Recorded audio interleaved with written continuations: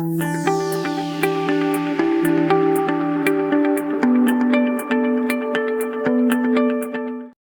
everyone, and welcome to the Anatomy of an Effective Coaching Session. I am so grateful that you are here, that you're taking some time out of your busy day. And honestly, it shows me that you are truly committed to your clients and to your craft. And to me, this is the most important thing as we grow a coaching business, actually, any business.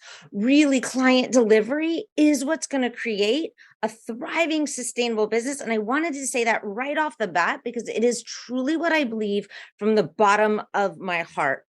It is how I have created a multiple six-figure business. And I know it's exactly how you can too. When you dedicate yourself to your craft, it is what creates epic results for your clients. Those epic results for your clients is actually what is going to create lots of re-enrollments, lots of referrals, and it's going to make it so much easier to market and sell yourself. So let's dive in. If you are new to my world, my name is Rachel Friedman. I am a life and business coach. I have been doing this for the last, I don't know how many years now, but I have been leading this coaching somatic coach certification now for the last several years. And it has been literally the most fun and the most enjoyable, impactful, self-fulfilling. Oh my God, I can't even think of all the words. Beyond my children, part of my life. So I'm excited to share with you today just a little piece that comes from inside this program. And literally, this actually comes right directly from inside the program. I'm not going to scrape around at all the edges. I'm going to give it to you. All right. So before we dive into the 3 mistakes, I want to know about all of you. Go ahead and drop in the comments where you're listening in from. And if you are watching the replay, feel free to message any of the things that as I ask questions, as I say, like, where are you listening in from? What kind of coach are you? Feel free to reply to my emails or wherever you're watching this. I love hearing from people. I love connecting with them. Okay, so it looks like we have people, Houston, Texas, and Cleveland, Gaithersburg, Maryland, Hong Kong. Amazing. I love when we have people from all over the world. The UK, oh my God, they just keep coming in. This is so fun. So if it looks like, actually, as I'm speaking, I just want to be real and honest with you guys that I'm looking up and down is because I'm actually streaming this in 2 different places right now as we are live. I am on Facebook in the Facebook group, and I am also on Instagram. So I promise you've got me here in both places. I just might have my eyes going up and down a little bit. Okay, guys, so why should you even listen to me before we get started? Other than the fact that I have coached hundreds of people, I started my coaching practice as a general life coach. And I like to really share that with my audience because I think there's a lot of people that are afraid to call themselves a general life coach. Like, I see it all the time, people spinning in niche drama. Hello, I was one of them. And here's what I know. I'm actually grateful for the time that I jumped from niche to niche to niche because I have now coached people on literally, I think, everything out there. I've coached people on anxiety, on body image, on weight loss. I've coached people on leadership. I've coached people in business, relationships, literally, you name it. I have probably coached it. And that honestly has helped so much in actually creating what I am doing now. So right now, if you're like, I'm not sure what my niche is, who fucking cares? Don't worry about it.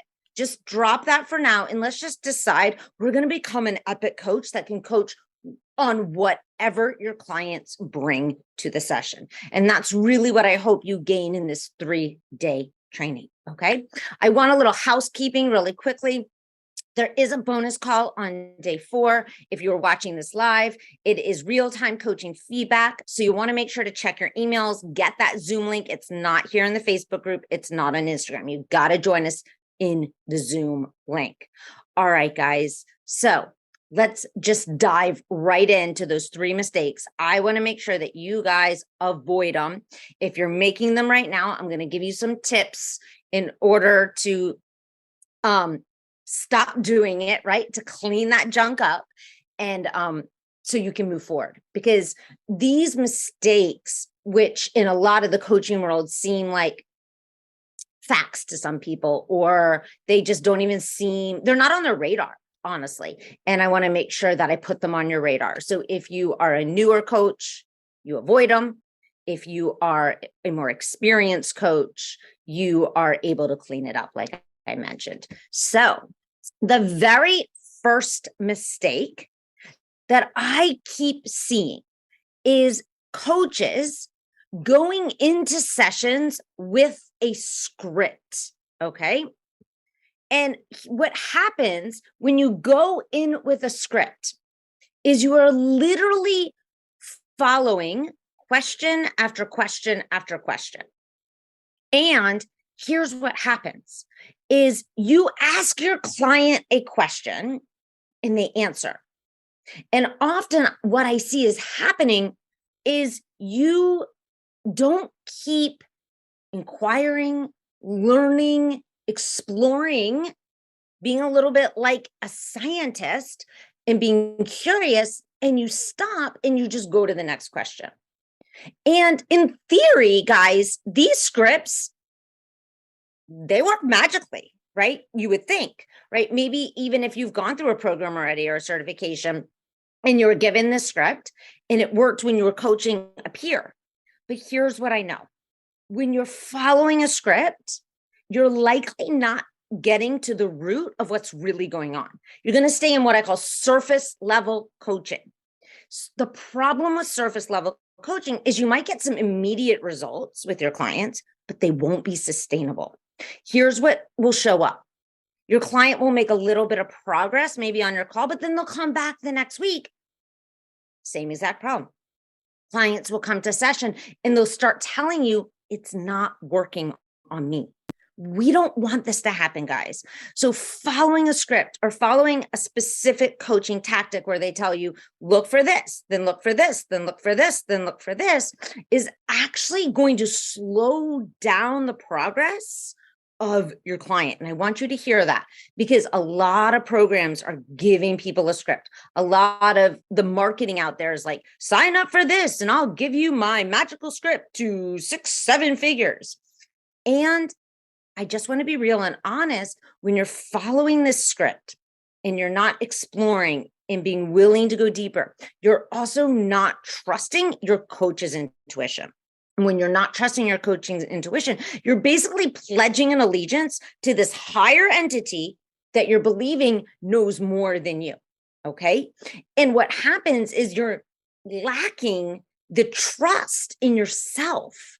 And when you lack the trust in yourself to follow a path with a client, not knowing if you're going on the right path, because we will not always know, but trusting that that path is going to get you where you and the client need to go, you aren't creating safety in this relationship because the self-trust you have, the energy that you have of self-trust is felt by your client. And if you don't trust yourself, I can guarantee it's going to be really hard for them to trust you. Okay. They may trust you at first if you say all the right things in your sales call and your marketing, but as the relationship goes on, that lack of self-trust from you is going to seep into your calls and it's going to make it really hard, really challenging for your clients to get those sustainable results. So what do? Okay. We know let's not follow a script. Okay. But what do? You've got to build your self-trust muscles. And I'm going to keep coming back to this over the next several days because self-trust is the glue. It is what's going to hold your coaching business together. It's what's going to create results with your clients. It's one of the main things. But not only is it going to create results, help you create results for your clients, because you don't actually create the results. They create the results, but you can help them to discover what's right for them. I want to be clear about that. But it is essential as an entrepreneur. If you are choosing to go into this and to be the entrepreneur, right? Like you're not planning on working for anyone else. Actually, even if you are, it's still essential, honestly. But as an entrepreneur, you're going to be going out into the world and testing a lot of things out. Some things will work, some things will not. If you don't trust yourself, if you don't have your own back, you are going to have a really hard time. I can guarantee you, you're going to fall into the river of misery. How do I know? Because hand up, I did it. I want to save you that. Okay. So, first thing first, on a scale of 1 to 10, how much do you trust yourself? Be radically honest. Here's one way I like to test this. If I tell myself I'm going to wake up tomorrow and work out and meditate, how likely am I to follow through? If it's not a 9 or a 10, guys, you need to go to work on your self-trust. And I mean that from a place of love in full honesty. Okay. So here's what I want you to do to start building your self-trust. I want you to decide in advance something you're going to do daily for yourself. Okay. This is something that I know a lot of people struggle with, is doing things for themselves, even coaches. So I want you to decide right now, commit right now, what's one thing that I'm going to do for me daily. Can be for 5 minutes, 10 minutes, an hour. I don't care right now. That's not what this is about. Then I want you to commit to do it, even when you don't feel like it. When we start to work on your business, there are going to be things in your business that you don't feel like doing, maybe that you don't even want to do. Not everything are you going to love. That's just not reality. Okay. But you're going to follow through and do it anyway, because you trust yourself and you know it's in the best interest of where you're going. So just let me recap real quickly in case anyone's new to how the brain is wired. Your brain is actually wired for 3 things: pleasure, comfort, and little energy as possible. That is your primitive brain. That's how we all function. Now, the cool thing is, as humans, we have a prefrontal cortex, a higher brain. That higher brain allows us to plan in advance. We are actually, as we know, the only species that has this. So we need to access our prefrontal cortex. We need to plan in advance. This, guys, is how we build the self-trust. So I want you all to drop in the comments right now. What are you going to do? One thing every day. I don't care for how long, and you're going to follow through no matter what. Meditate. I love it. I'm a huge fan of meditation. I believe everyone should do it. If you're a coach, it's not optional in my world. Got to join my program to understand why I say that. It's actually an amazing tool, not necessarily for your clients, but for you. Ooh, you're going to work out, drink water, journal. Love it. Self-coach. Yes, guys, if you're a coach, you should be self-coaching every day. Okay. Keep dropping them. We'll keep seeing what everyone's going to be doing. Amazing. Okay. So that was the first mistake. Following a script, building that internal self-trust. The second mistake that I see so many coaches doing is the opposite, completely winging it. Okay. So you just show up for your calls. You have not planned anything. Let me give you an example of a client, which she was telling me that she takes her kids to school, gets home, barely has enough time to pee before she starts her first call or before she jumps to her desk and starts working. Guess how those calls are going? Not so great. So I'm not encouraging you to follow a script, but I'm not encouraging you to completely wing it. You want to have prepared in advance before you sit down to coach your clients. Tomorrow, we're going to talk about the one thing that you've got to do. Everyone's got to do. It is essential. And I want that one thing, I'm going to mention it real quickly here, a little taste of it, is you've got to get yourself in a state that is ready to coach. So you got to take the time to ground yourself, to prepare for your calls. So what does that even mean? What does that look like? For me, that is often reviewing what we discussed the previous week. It's reviewing, putting the front of my mind, what is this person's goal? So I can circle back to it if need be, okay? Or goals. It's getting myself in a state that is calm and grounded so I'm present and ready to be there with my client, not thinking about all that other shit going on in my own life. Okay.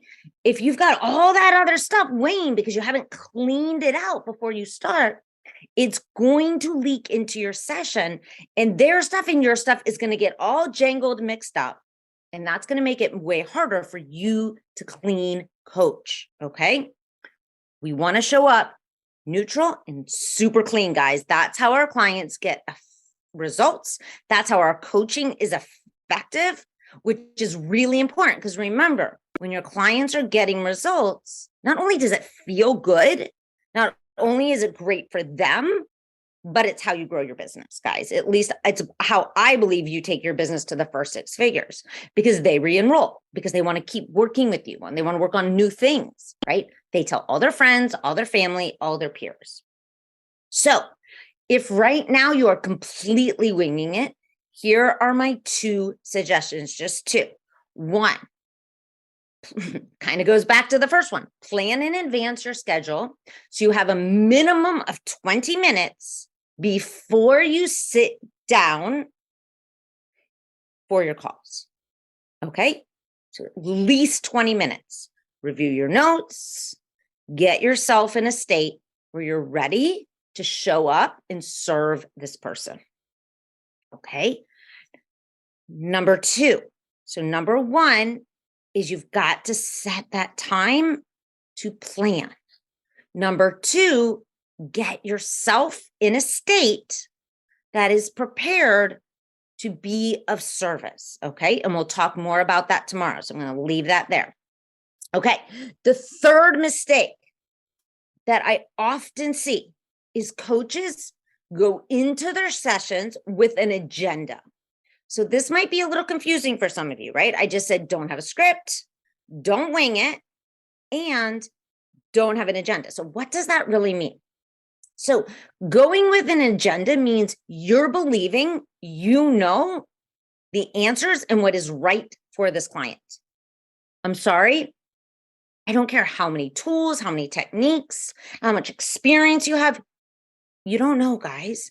You don't know what is right for this person. When you have an agenda, you're going to be so in your own head that you're not going to be able to arrive with your client where they're at. You're not going to be able to meet them where they're at. This is going to make them get frustrated. It's going to make you get frustrated, and it's going to create a rip in your coaching relationship. It's going to really lack that safety that's needed. So we want to drop the agenda. We want to show up for our clients grounded, prepared, and we want to be ready to meet them wherever they're at. So how do you do this? How do you do this? You build that self-trust, number 1. Number 2, you ground yourself. You're prepared before you show up. You're not rushing into the call. You don't have all your junk diluting the call. And 3, you have to begin to believe, to trust that your body, your intuition, what you know is enough to guide this person. And the best way to do that, guys, to build that muscle, to have that level of confidence, is to put in a lot of practice reps, guys. The more you put in your practice reps, the more confident you will feel that you can navigate no matter what your clients brings. And actually, let me add in one side factor to that. Not just practice, but I think it's really important that you get feedback on your coaching, which is why we have bonus day 4, because that feedback, it shows you what is working, what you're doing well, and where you need to tweak. If you don't know, you're going to keep making the same mistakes over and over, right? That's the definition of insanity. What happens when coaches come in with an agenda, as I mentioned before, your clients will get frustrated. Honestly, a lot of them will come back week after week saying it doesn't work for me, or just having not implemented anything that you guys talked about. And you will get really frustrated. And honestly, you will probably likely be stepping into consultant mode, not coach mode. And I just want to refresh everyone's memory for anyone who's new. Your role as a coach is not to tell your clients what to do. That's a consultant. Nothing's wrong with that, but we're talking about coaching here. Coaching, your job is to actively listen, to inquire, to ask questions, to explore, to help this person understand what's happening, to tap in, I believe, to the unconscious, which comes from the wisdom of the body, which we're going to talk about, I think, on day 3. Somatically, in tune to your body and in tune to theirs. That's how we make change, guys. When it comes from them, I can guarantee that change will be sustainable. When it comes from you, I can't tell you it will or it won't, because how do we know what's right for them? We don't. Only they know. Okay. So 3 mistakes we want to avoid. We want to clean up if we're doing coming to calls with a script, winging our calls, having an agenda. How do we work on this? We build that internal self-trust. That is the foundation. That is the glue. Okay. So I want to hear, what are your insights? What are your takeaways? What are your learnings? Share it in the group. And I will see you tomorrow for day 2, where we're going to cover that one skill, that one tool that you've got to implement, you've got to integrate into your coaching if you want your clients to get results and you want to be seen as that sought after coach. You're not going to want to miss this. And FYI, it might be something that's not even on your radar. All right, friends, I'll see you tomorrow. Have a fantastic day.